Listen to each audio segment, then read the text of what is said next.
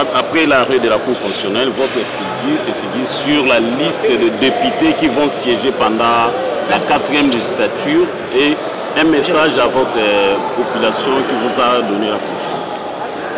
Je pense que c'est le couronnement des efforts qu'ils ont tous déployés dans tous les coins de Moamba ou dans toutes les 5 communes de Moamba. Chacun était motivé et déterminé pour faire de nous un député national et le représentant de ces coins-là et par ricochet, le représentant de toute la nation. Donc, ce n'est que ces couronnements-là, et je ne peux que leur dire merci pour tous les efforts déployés. Et en second lieu, je ne peux que leur dire nous cesserons pas d'entrer en contact avec eux. Ils seront là et nous continuerons à travailler ensemble pour que toutes les problématiques identifiées lors de la campagne, nous puissions donner des réponses qui s'imposent et des réponses qui permettent à ce que notre population retrouve sa quiétude. Au-delà du fait que nous pouvons initier certaines lois, mais principalement, nous allons nous atteler pour que les lois qui existent soient appliquées telles qu'elles devaient l'être. Et deuxièmement, nous allons mettre un accent particulier sur le contrôle, parce que pour que le gouvernement réponde aux exigences du peuple, il faut que le gouvernement soit contrôlé par le parlementaire. C'est pour cela, pendant les 5 ans, nous allons déployer ces efforts-là pour que le contrôle qui sera initié soit un contrôle qui réponde aux exigences de ce peuple et qui a un regard fixé vers nous, les unis. Il y a une certaine opinion qui est... La Cour est souveraine et c'est la haute Cour de la République démocratique du Congo. Les arrêts de la Cour ne peuvent souffrir d'aucun recours.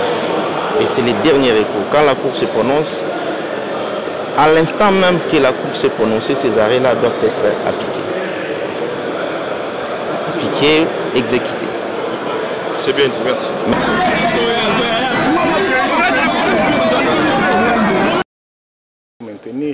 Mais je rappelle que les audiences, les plénières sont publiques. Exceptionnellement, le président, pour des raisons bien indiquées, peut exiger le huis clos, exceptionnellement.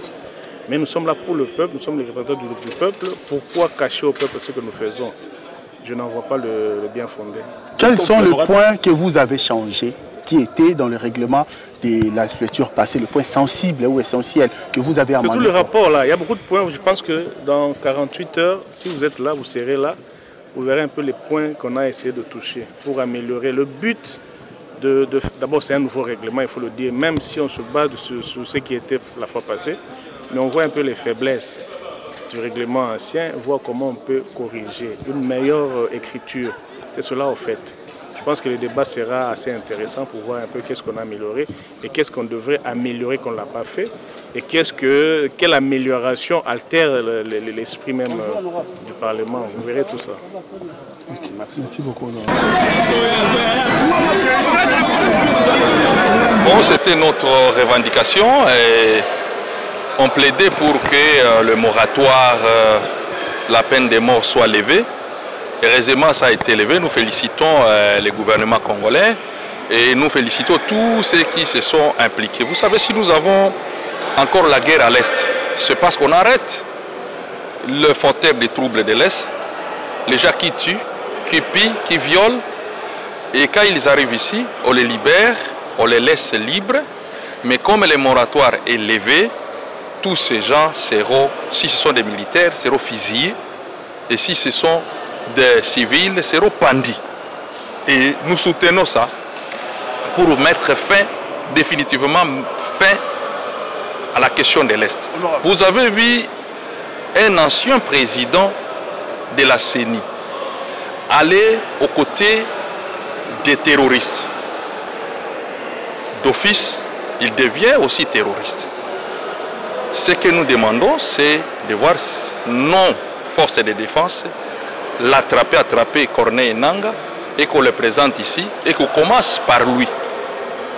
Qu'on commence à appliquer la peine de mort à Corneille Nangaa et tous ces gens que vous avez vus, les Jean-Jacques Mamba, Et vous avez vu tous ceux qui ont adhéré à ces mouvements terroristes.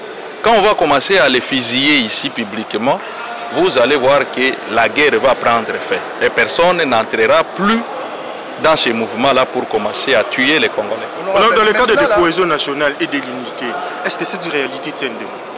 Mais quelle cohésion? Vous savez, quand moi je siège avec les ex-rebelles dans l'Assemblée ici, vous pensez que je suis content? Quand je vais siéger aujourd'hui avec les frères déjà qui nous tuent à l'Est, vous pensez que je suis content? Donc, il n'y a pas question de cohésion. Vous tuez nos pères et vous voulez qu'il y ait cohésion. Quelle cohésion? Est-ce que cet élément ne serait pas utilisé pour rendre des comptes aux gens, aller intoxiquer ou monter des cabales montées contre des individus pour rendre des comptes? Je vais vous donner un cas. L'ADF Nalu égorge chaque jour à Béni. Et je vais vous dire que parmi les terroristes, il y a ceux qui sont à Makala ici, à prison. Ils sont là parce qu'ils sont condamnés peut-être à perpétuité, parce qu'on avait déjà levé. Il n'y avait plus la sanction de la peine de mort, on les laissait là-bas. Mais ça sera l'occasion de les fusiller, de les tuer. Parce qu'ils ont aussi égorgé les Congolais à Béni. Je donne le camp de l'ex-président de la CENI, qui a rejoué les terroristes d'IM23. Vous voulez qu'il quitte là-bas et qu'il commence encore à déempiler ici et qu'il commence à exploiter ces hôtels avec des voitures VIP? Non. Il quitte là, on l'arrête, on le condamne et on le fusille parce qu'il a utilisé aussi les armes. Où en sommes-nous avec les dossiers des entreprises minières qui financent les rebelles du M23? J'ai déjà dénoncé. On a déjà donné la liste de ces entreprises.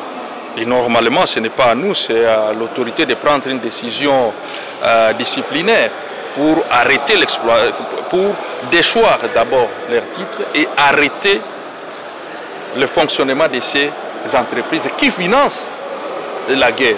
Savez-vous que l'ex-président de la CENI, M.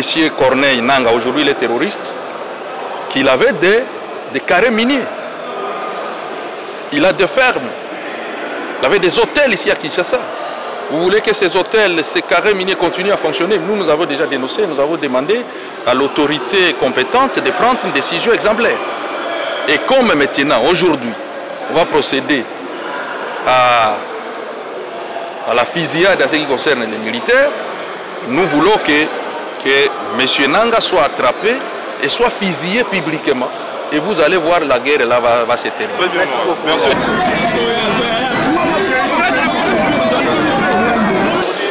élu, confirmé par la Cour constitutionnelle. Quelle est d'abord vos impressions après avoir entendu votre être confirmé par la Cour constitutionnelle? Bon, je voudrais dire ici sincèrement, la Cour constitutionnelle a dû les droits.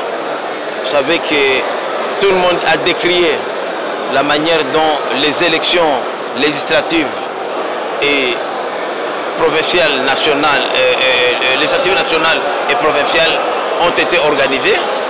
Il appartenait à la Cour, qui est la plus haute juridiction de la justice, de pouvoir corriger les infractions, les frustrations et les injustices qui ont été dénoncées. Certes, la Cour a aussi certaines limites. On a constaté par-ci par-là de petites erreurs matérielles qui sont humaines, mais en général, le travail rendu par la Cour constitutionnelle a été salué par tout le monde. Et vous savez, le temps qui a été imparti, plus de 1000 dossiers, dans moins de 2 mois, il faut féliciter notre Cour. Avec 8 juges seulement, ce n'est pas facile. Donc, nous remercions le président Kamolete, Badi Banga Dieudonné, et toute son équipe pour ce travail de qualité, puisque vous savez, la justice élève la nation. Et je demande encore au président Kamoleta, qui est aussi un pasteur, qui est un humain de bonne foi, que les petites erreurs qu'on a constatées, évidemment, dans la précipitation, en rendant les arrêts, avec la pression du travail, qu'on puisse aussi régulariser ces petites erreurs matérielles pour que tout le monde se retrouve autour des arrêts qui ont été rendus par la Cour. Moi, par exemple, je vous dis aujourd'hui, Walikale, les gens ne dorment pas, puisque j'ai été réellement l'émanation de mes électeurs.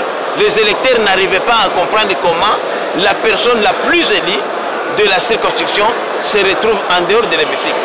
Et j'ai dit que, contrairement à d'autres collègues avec qui nous sommes ici, nous venons ici pour passer les 5 ans de mandat ici. Nous ne venons pas ici pour utiliser l'Assemblée nationale comme un tremplin, pour être ministre, être mandataire, non. Nous avons fait des promesses de campagne et notre mission est de pouvoir satisfaire aux desiderata de ceux-là qui nous ont fait confiance. Surtout nous, comme moi, j'ai été coordonnateur de la campagne du chef de l'État. Je dois m'assurer que tout ce que nous avons promis avec le chef de l'État dans sa campagne seront réellement exécutés dans les 5 ans à venir. Cette cadre de la FCA, promettre une conférence de presse qui n'a pas été réalisée à la fin. Vous voulez quitter l'Union sacrée, vous voulez la Cour, vous voulez quoi? Bon, d'abord je dois corriger que je suis membre de la conférence des présidents de l'AFDC allié, mais aujourd'hui je suis initiateur d'un regroupement Action pour l'unité nationale qui a quelques députés ici à l'Assemblée nationale. Donc l'AFDC allié fait un regroupement politique partenaire. J'ai compati avec, mais je demande à l'AFDC allié, qui est dirigé par un homme d'État important de ce pays, en l'occurrence l'autorité morale, le professeur Bahati Modeste Lukwebo, de ne pas aller dans la rue. Le législateur a prévu des mécanismes même pour corriger les erreurs matérielles. Nous avons la jurisprudence de 2018 à la Cour constitutionnelle, donc je ne voudrais pas que ça soit une occasion pour faire des insultes ou remettre en cause la crédibilité de notre propre Cour. Donc certes, comme j'ai dit, la Cour peut avoir avec l'effet de fatigue de petits oublis par-ci par-là, mais ça sera corrigé. Mais je ne pense pas qu'il y a un acharnement contre le professeur Bahati Modeste ou contre l'AFDC ou contre l'AFDC allié ou son partenaire, le 2e regroupement AIDC, je ne pense pas, mais j'ai dit seulement il faut faire confiance à notre justice et s'il y a des erreurs matérielles, je suis sûr que la Cour constitutionnelle va les corriger. Hier, la ministre de la Justice... Je suis partisan de cette décision, puisque aujourd'hui, si cette guerre s'éternise, c'est à cause des complicités de nos propres frères. C'est inadmissible que ce soit les Congolais eux-mêmes, et je dis bien de père et de mère, on a dit, qui soient les premiers à trahir leur pays. On ne peut pas gagner une guerre s'il n'y a pas la solidarité de tout le monde. On ne peut pas gagner une guerre lorsqu'il y a des compatriotes qui se laissent aujourd'hui corrompre par les puissances étrangères.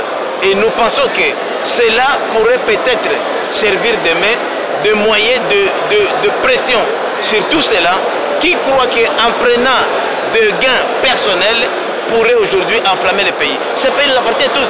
Et moi, j'étais allé même plus loin, que ça ne concerne pas seulement les militaires, même les civils. On a vu ici des élus du peuple. Un élu du peuple, puisqu'il n'a pas réussi aux élections, il rejoint la rébellion. Est-ce que ça a comme ça? Vous avez eu des problèmes en famille, des problèmes des intérêts miniers, des intérêts personnels. Vous trahissez votre pays. Nous pensons que, et moi j'ai dit même plus loin, que cela ne soit pas pendu publiquement parce que c'est la période ici, c'est une période spéciale, mais aussi qu'on puisse saisir leurs biens pour qu'ils ne puissent pas se servir de ces biens-là pour nuire la République. Ça n'a pas un moyen. Puisque lorsqu'on est impliqué dans ces activités de subversion, on a des preuves. Je crois qu'on ne va pas seulement prendre quelqu'un, on vient, on le met à la pendaison. Non, il y aura quand même toute une procédure jusqu'à ce qu'on puisse apporter des preuves qu'il y a eu trahison, qu'il y a eu complicité contre la République. Merci beaucoup, l'honorable monsieur. Merci beaucoup, vous pouvez compter sur nous. Nous sommes une nouvelle génération, même si mon âge est avancé aujourd'hui, mais notre vision au Parlement, c'est une vision nouvelle. Et comme je suis un représentant, je ne suis pas seulement député national et de Walikale, Le mandat des députés est un mandat national. Donc nous allons examiner ici toutes les questions nationales qui rongent notre pays. Et vous pouvez compter sur nous. Vous aurez de très bons députés. Ça sera la meilleure législature que notre pays n'a jamais connue depuis l'accession du Congo à l'indépendance.